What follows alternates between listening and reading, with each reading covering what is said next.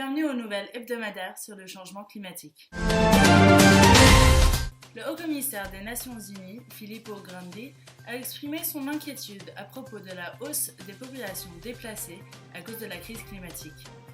Une décision des Nations Unies cette semaine a déclaré que les personnes fuyant les conséquences du changement climatique méritent une protection internationale, ce qui implique tous les gouvernements autour du monde. Dans ces conséquences sont inclus les feux de forêt comme ceux vus en Australie, une hausse du niveau de la mer affectant les îles basses, des inondations comme celles qui ont détruit les cultures en Afrique subsaharienne. Le nombre de migrants climatiques a dangereusement augmenté à cause de la crise climatique. Beaucoup de pays n'ont pas assez d'infrastructures et de ressources pour combler les effets du changement climatique. Donc, leurs habitants sont forcés à se déplacer. Cela engendre un cercle vicieux qui augmente le chômage autour du monde et crée des conditions de vie inhumaines. L'Alliance de transition rapide dit qu'il est extrêmement urgent d'adresser la crise climatique maintenant afin d'éviter les flux de migration énormes.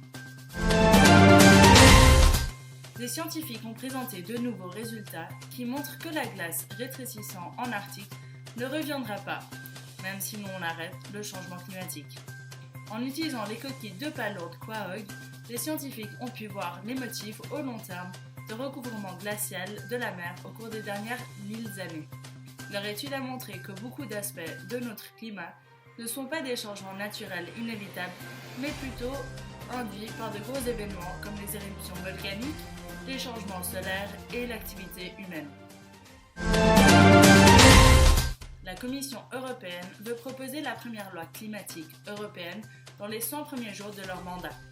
La loi climatique a pour objectif de protéger les populations et la planète des effets du changement climatique et sera la première à mettre en mouvement les initiatives climatiques européennes à venir. La Commission européenne organisera aussi une conférence publique à haut niveau pour discuter de la nouvelle législature avec les personnes concernées.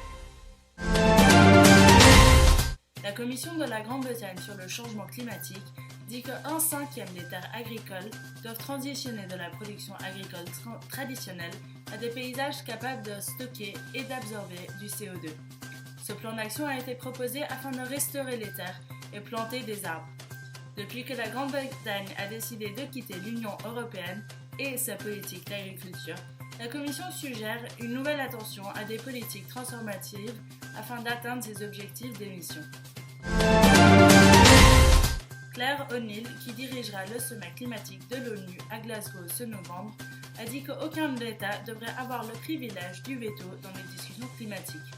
Selon O'Neill, la meilleure manière de s'en prendre à la crise climatique est par alliance.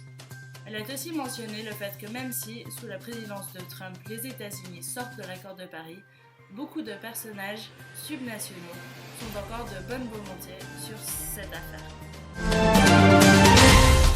Le nouvel accord entre le Mexique, les États-Unis et le Canada facilitera le commerce et la production de pétrole et de gaz entre les trois pays, donnant aux entreprises polluantes l'opportunité de combattre les protections climatiques et environnementaux dans les tribunaux privés. Cela vient juste après l'accord entre l'administration de Trump et la Chine, dans lequel la Chine promet d'acheter 52,4 milliards de dollars de plus de produits énergétiques des États-Unis. Cela résultera en une augmentation de milliards de dollars d'exportation de pétrole, de gaz et de charbon qui pollueront et endommageront le climat. L'Agence internationale de l'énergie a relâché un nouveau rapport intitulé « L'industrie du gaz et du pétrole dans les transitions énergétiques », qui décrit le rôle que l'industrie du gaz et du pétrole jouera dans la stratégie pour arriver dans un futur durable. Le nouveau rapport montre les recommandations les plus importantes pour atteindre une économie à zéro émission. Il devrait y avoir une hausse des investissements dans les carburants propres qui pourront atteindre les profits de l'industrie du gaz et du pétrole sans leurs émissions de carbone.